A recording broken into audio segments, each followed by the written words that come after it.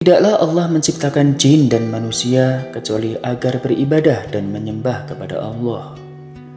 Sahabat beriman, di akhirat kita akan dimintai pertanggungjawaban, apakah beribadah atau tidak. Sesungguhnya tidak ada alasan bagi kita untuk membela diri dan beralasan sibuk, sehingga tidak sempat beribadah. Sebab Allah telah menyiapkan 4 nabi yang akan menjadi hujahnya atau alasan dan bukti di hadapan kita. Pertama adalah Nabi Sulaiman, nabi yang kaya raya sepanjang masa. Bila kita sibuk dengan harta, maka sekaya apapun orang tidak akan bisa membandingi kekayaan Nabi Sulaiman. Beliau orang terkaya sepanjang masa, namun ibadahnya pada Allah mengalahkan semua kekayaan yang beliau miliki.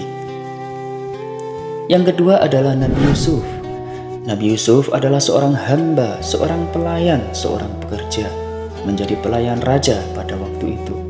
Meskipun demikian, Nabi Yusuf tidak pernah lalai dari ibadah kepada Allah. Jika kita kerja, mengabdi kepada orang, sibuk, dan tidak ada waktu, maka kita telah dicontohkan bahwa Nabi Yusuf juga pernah menjadi seorang pelayan raja.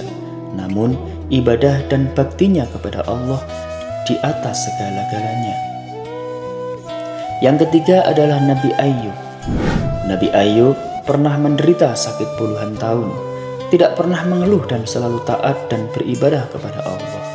Jika hari ini kita diuji dengan sakit mungkin 1, 2, 3 hari, maka tidak ada alasan apapun untuk tidak beribadah dan menyembah kepada Allah. Yang keempat adalah Nabi Isa. Nabi Isa merupakan nabi yang paling fakir dan miskin di muka bumi ini. Begitu fakir dan miskinnya, beliau tidak mempunyai anak dan istri. Jika kita miskin dan tidak mau ibadah dan sholat, kelak kita akan ditanya oleh Allah. Sebab masih ada hambanya yang lebih fakir dan miskin dari kita, yaitu Nabiullah Isa alaihissalam. Demikianlah hujah atau alasan Allah ketika kita beralasan malas di dalam menjalankan ibadah, sebab kaya, sibuk, sakit, miskin. Ujian itu sudah pernah ditimpakan kepada nabinya sebagai contoh buat kita, bahwa tidak ada alasan buat kita untuk meninggalkan perintah Allah Subhanahu wa ta'ala. Wallahu a'lam bishawab.